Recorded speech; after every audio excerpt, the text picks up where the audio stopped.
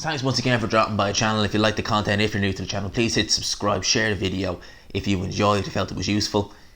Now let's get into this. So, last Saturday we obviously had Joseph Parker versus Shondell Winters, I should say. And once that fight was done, I kind of started thinking, right, where's Parker going to go? He's at the end of a 3-fight deal at Matchroom. I'm sure he's probably thinking about renewing. And someone commented on that video and said that they saw an interview with Eddie Hearn, I think it was on Boxing Social, and they said that Eddie Hearn was saying that he'd like to do a show in New Zealand with Parker headlining. Now, in the wake of the news of DAZN coming to several different countries, I think someone else commented on one of my DAZN videos and said that it's not in Australia. I'm assuming if it's not in Australia, it's not in New Zealand. So, for argument's sake, if DAZN is coming to Australia and New Zealand, it would make sense to have Joseph Parker headline a show, drive up the subscriptions, because Joseph Parker's a big name in New Zealand, probably a big name in Australia too. Then you started thinking, who would he fight? You know, in his homecoming, he hasn't had a homecoming since the end of 2018, who would he fight? Well, today I just happened to go on Boxing Scene, and they mentioned the name Junior Fa. Now, Junior Fa, for those who don't know, is a 30-year-old New Zealander. He's 6'5", he's slightly taller than Joseph Parker, but he started his pro career a lot later than Parker. I think Parker started his pro career about 2013, 2014. Junior Fa started his pro career anyway, in 2016. Alright, so he was a decent, well, I don't want to say decent, but he was an amateur. He competed in the World Series of Boxing, you know, fought guys like F.A. Ajagba, but lost F.A. Ajagba actually in the amateurs. So Junior Fa, he's a decent heavyweight prospect. He is undefeated. He's 19-0, 10 KOs. Not the biggest puncher in the world. His last 2 fights have been unanimous decision wins. One was over Devin Vargas. Devin Vargas is a fighter I know of. He was beaten. Who was he beaten by? He was beaten by Andy Ruiz, and at the time actually he was coming off a win over Niall Kennedy. Niall Kennedy, who I know is a good fighter. He was injured in that fight, to be fair. So Devin Vargas was his last win, and then before that he fought Dominic Gwynn, who I recognise as a journeyman, and he had Junior Fa down in that fight. But other than that, it seemed like a straightforward win for Junior Fa. Now, to be fair, looking at his resume, they're the only 2 names I recognise. I mean, the rest of them, there are journeymen that I recognise the names of. There's some journeymen in the heavyweight division who I do recognise the names of. None of these I recognise the name of. Now, like I said, I've seen a bit of Junior Fa. It has to be said. I know there was talk of him. I think they actually shared an undercard, if I'm not mistaken, Parker and Fa back at the end of 2018. I could be wrong about that, but I know there was talk of them to coming up on a collision course. That was after Parker lost Dylan White.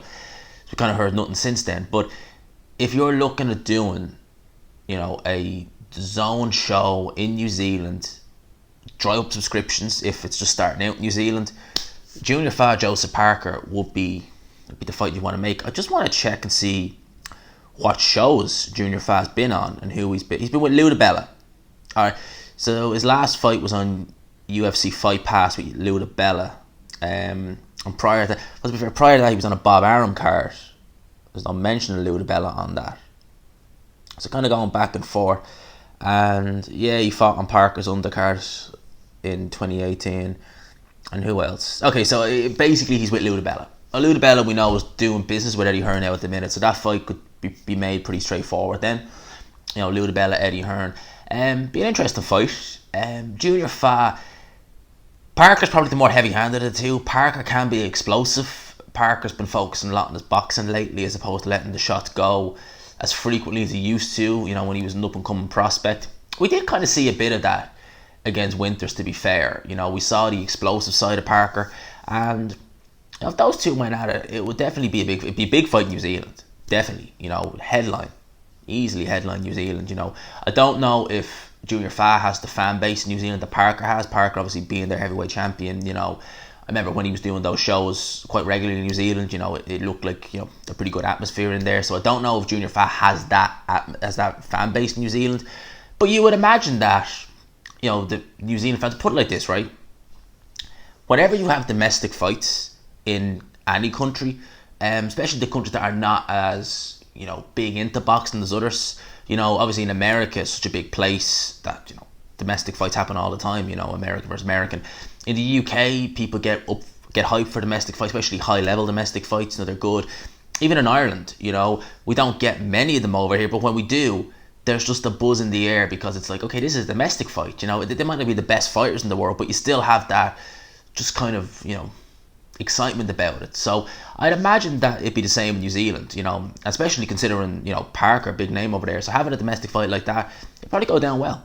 So I wouldn't mind seeing that fight now. As I said, I've seen, I haven't like sat down and officially like gone in and studied, you know, Junior Fa and seen, you know, exactly how he is. But from what I've seen of him so far, he's a decent fighter. You know, he's a decent fighter. You know, his last 2 wins are the opponents I know the most of.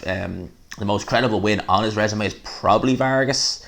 Gwyn's really a journeyman. Dominic Gwyn, a journeyman at this stage. I think he's got like 14, 15 losses. Whereas Vargas only has the 5 losses. He only had the 5 at the time. So, you know, definitely a good fight, definitely an interesting fight. I'd like to see it. What would you do? Let me know your thoughts down below. I hope you enjoyed this video. Let me know your thoughts down below. If you've someone who's actually seen more of Junior Fa, let me know. Get an idea of what he's like. Alright, let me know. Hope you enjoyed this video. If you did, please leave a like, subscribe, of course, if you are new. And as always, I will talk to you after.